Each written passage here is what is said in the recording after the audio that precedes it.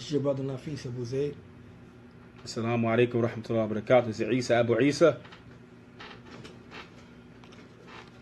Naam, alhamdulillah. This is another episode of the program which we call The Night Shift.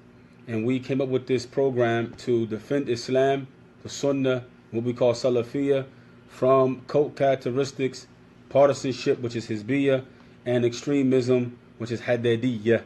Well, and good. And their God is the same way, by the way. That's what I'm saying. If you leave their God, yeah. the religions themselves have in it names to everybody that leaves them, right? Yeah. So let me say this. Let me read the comment that the brother dropped to connect them with what you're saying. Mm-hmm. He did that because his religion, his God does the same thing. For example, if you leave Islam, it's apostasy. The hukm or the ruling for apostasy is death. Mm-hmm.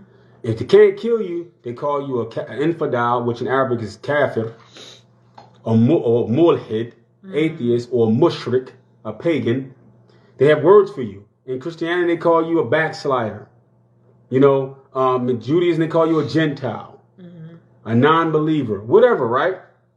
So you have these different words that are applied to anybody that disagrees with their gods or disagrees with their doctrines. So he's only behaving like his God behaves. His God is narcissistic. So most people in religion are very narcissistic. Yes, yes. Because their gods are narcissistic. You cannot get around it.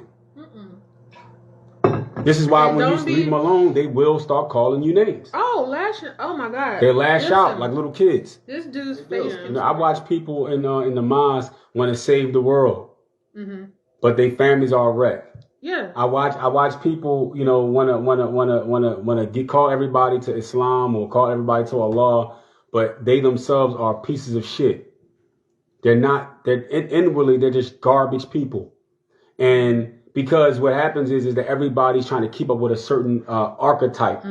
This archetype of Muhammad, this archetype of the companions, this archetype of scholars, this archetype person that you don't even know exists or not. It's an archetype, meaning it's an example they give you to live up to, right? Yeah. But you're never going to live up to that example because that example is impossible to live up to.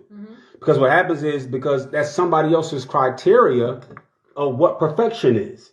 It's not your personal version of perfection that's for you. Because if everybody understood that perfection is personal, you wouldn't have too much of this damn guilt and shame. The only reason you have a lot of guilt and shame, the only reason you have so much guilt and shame is because your idea of perfection is based on somebody else's understanding of you. Meaning the way somebody views